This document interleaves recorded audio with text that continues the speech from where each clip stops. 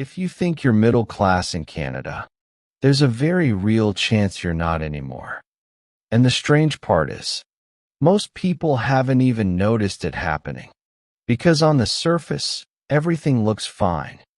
You're earning money. You're paying your bills. Maybe you even feel like you're doing okay. But underneath that, something feels off. Your money doesn't stretch the way it used to. Saving feels harder than it should. And no matter how much you earn, it never quite feels like enough. That feeling isn't random. It's a signal. Because over the past decade, something fundamental has changed. And most people are still living as if it hasn't.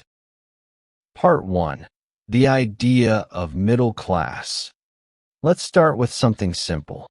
When you think of the middle class, what comes to mind? It's usually not a number. It's a lifestyle. It's the idea that you have stability. You're not struggling, but you're not rich either. You can afford your basic needs and a few wants. Maybe that means a car, a decent place to live, the ability to go out occasionally, maybe even take a vacation once a year. That's what most people think of as middle class. And for a long time, that definition made sense. But here's the problem. That definition stayed the same, while everything around it changed. Because being middle class was never just about how much you earn. It was about what your income allows you to do.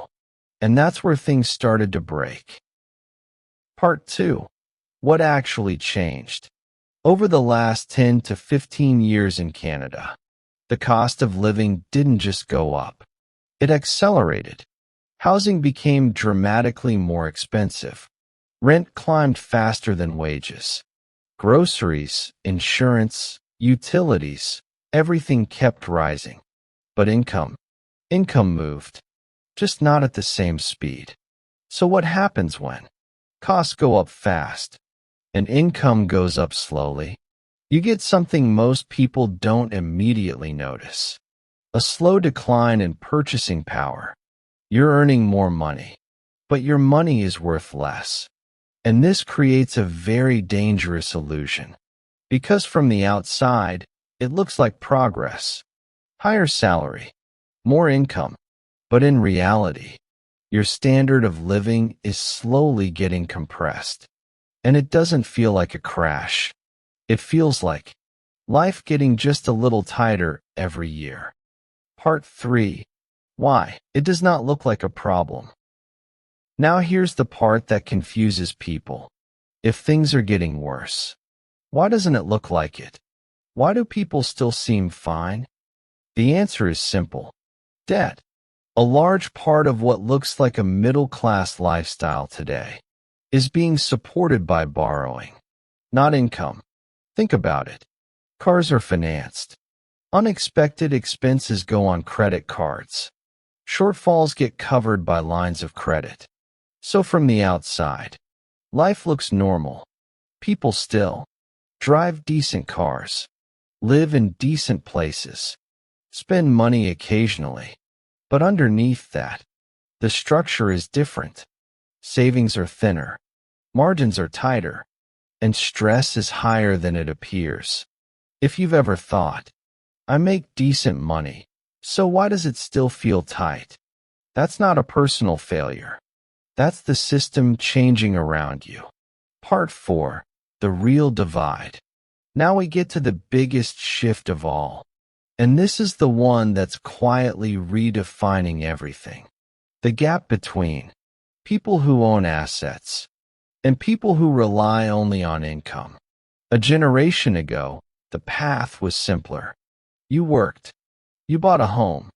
You built equity over time. That was the foundation of the middle class. Today, that path is much harder to access, especially in housing.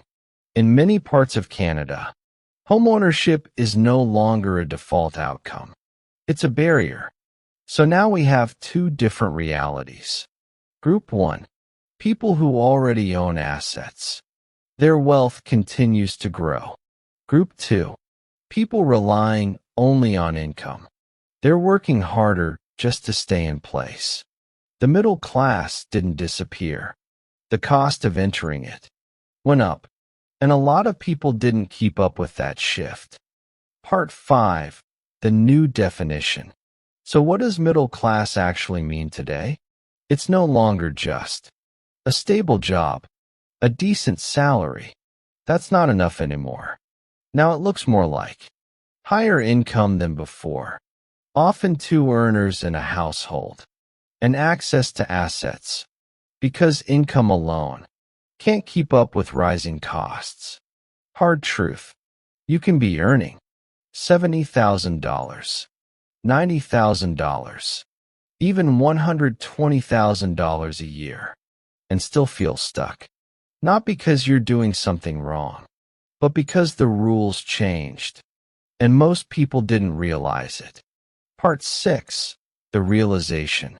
And this leads to a realization that's uncomfortable, but important. A lot of people who think they're middle class are actually just managing decline more slowly. They're earning more, but spending more, saving less, and falling behind gradually. Not enough to panic, but enough to feel stuck. And that feeling, that quiet frustration, that's the gap between expectations and reality. So if you feel like you're working hard, doing everything right, but still not getting ahead, it's not just you. The system changed. The rules changed. And most people are still playing the old game, expecting the same results. And that's why so many Canadians think they're middle class, when in reality, they've already fallen out of it. This shift isn't sudden. It's gradual and easy to miss. People aren't falling out of the middle class overnight. They're slowly drifting away while still appearing stable. Income is coming in, bills are being paid, but there's less room to breathe, save, or get ahead. What once defined financial comfort now barely maintains it. The gap between effort and results has widened, and many are quietly compensating with debt, lower savings, or postponed goals. It doesn't feel like a crisis. It feels like constant pressure. The key is recognizing that the system has changed. Holding on to the old definition of middle class only creates frustration. This isn't about failure. It's about adapting to new realities. Once you see the shift clearly, you can start making decisions based on how things work today, not how they used to.